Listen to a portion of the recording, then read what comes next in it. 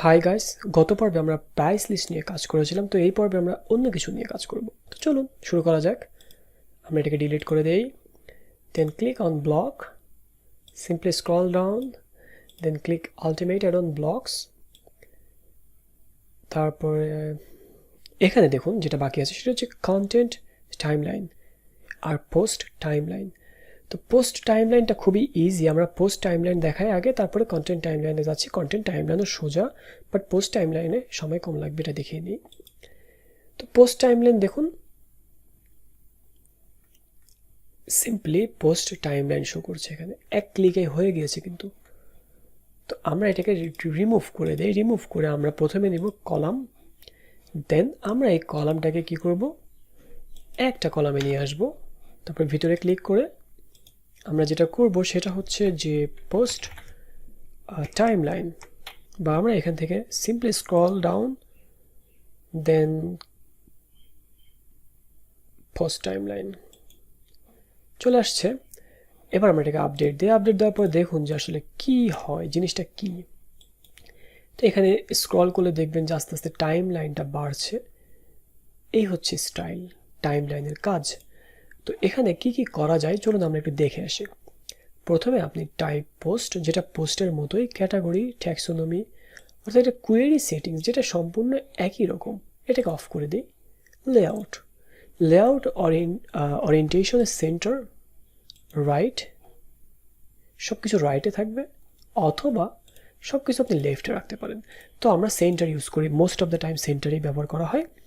তো arrow alignment top দিতে পারেন, অর্থাৎ টপ থেকে শুরু হবে। আপনি এটাকে সেন্টার দিতে পারেন, সেন্টার থেকে শুরু হবে। আবার এটাকে বটম দিতে পারেন, নিচে থেকে শুরু হবে, অর্থাৎ শুরুটা। এই যে অ্যারো রয়েছে, একটা খেয়াল করুন, আপনি অ্যারোটা হয়তো বুঝতে পারছেন না, আমি কালার চেঞ্জ করলে বুঝতে পারবেন। তো এখন আমরা আসি ইমেজ। তো ইমেজ এখানে কি বলছে, লার্জ। আমি যদি ফুল দিয়ে দেই বা থাম্বনেল দিয়ে দেই তাহলে ছোট শো করবে। তো আমরা লার্জ থাক। আপনি চাইলে ইমেজটাকে হাইড করে দিতে পারেন, চাইলে এটাকে ভিজিবল করতে পারেন। এরপরে আমরা নিচে আসি, উপরেটা অফ করে দেই, ইমেজ অফ।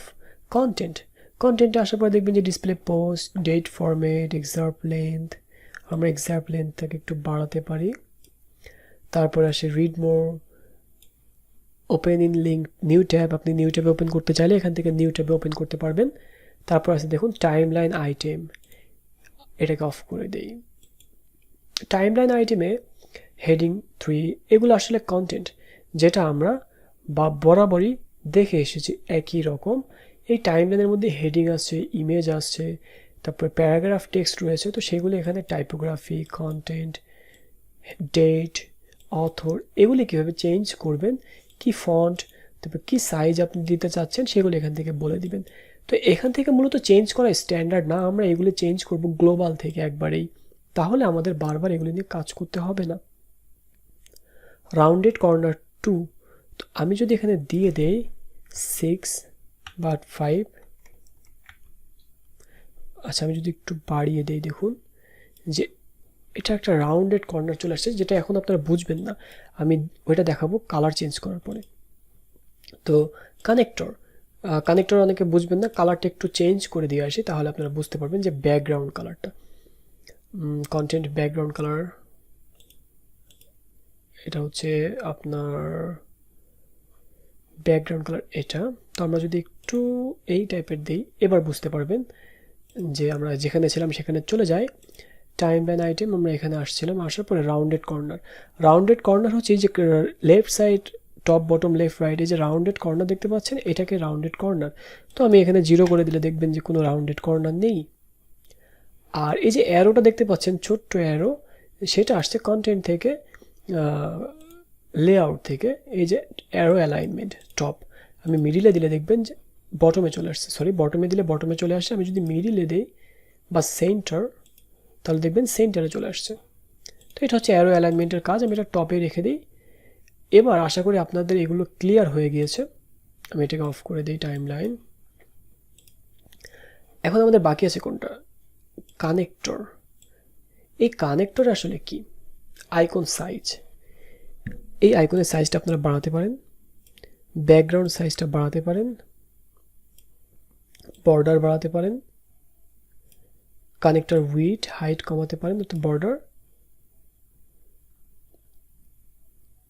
তারপরে নিচে আসুন, দেখুন কানেক্টর কালার সেটিং, আপনি এখান থেকে কালার সেটিং করতে পারেন, ফোকাস কালার চেঞ্জ করতে পারবেন, তারপর background colour, border colour, icon colour সব চেঞ্জ করতে পারবেন।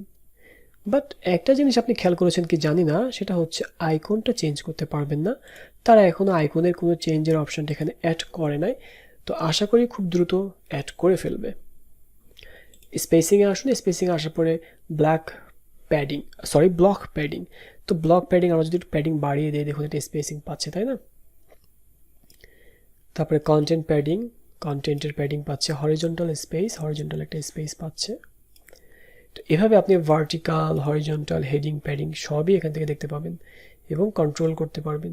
তো এখানে এই ছাড়া দেখানোর মতো আর কিছু নাই। আমি এটাকে আপডেট দিয়ে দিই, এটাকে রিলোড দিই, দেখুন সিম্পলি এটা কিভাবে কাজ করছে। এটা হচ্ছে পোস্ট টাইমলাইনের কাজ। তো এর পরবর্তী পার্টে আমরা শুধু টাইমলাইন নিয়ে কাজ করব। ততক্ষণ পর্যন্ত সবাই ভালো থাকবেন। আল্লাহ হাফেজ।